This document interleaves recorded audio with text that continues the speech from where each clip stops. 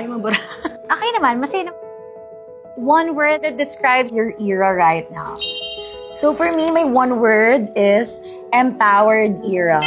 For me, it's empowered era, or I feel like nasa empowering era ako right now because I feel like may mga bagay tayong natutunan from the past that we are still trying to put and to use this time. And I feel like it's more encouraging as you grow older na parang mas may lakas ka na ng loob to do things than before. And it's empowering also to feel, lalo na when you reach that level of self-love. So for me, it's about being empowered woman.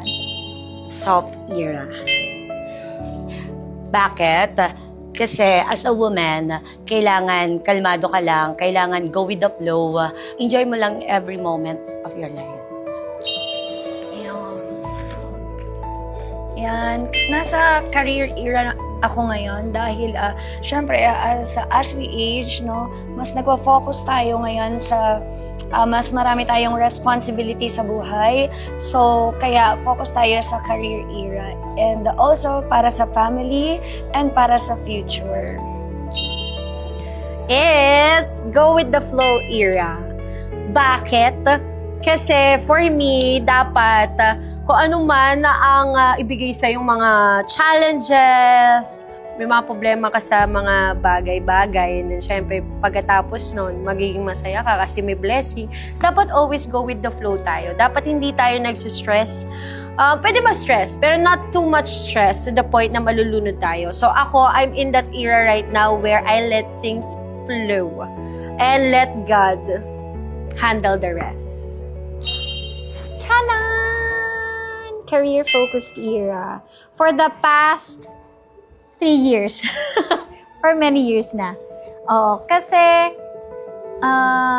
ako, medyo workaholic kasi talaga ako. So, sa ngayon, habang kaya pa naman na talagang mag-focus sa career, tsaka mas tumanggap ng maraming opportunities, tinatanggap ko talaga. And I think, okay naman. Okay naman, masaya naman ako.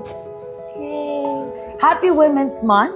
And again, paalala lang din sa lahat ng kababaihang D-Tips right now, babae ka, hindi ka babae lang.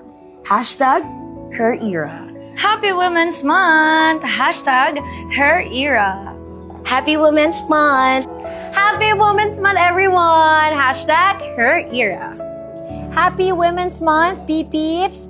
Siyempre, ang message ko lang, lalo na sa mga kababaihan, hindi ka babae lang, babae ka. Hashtag her era!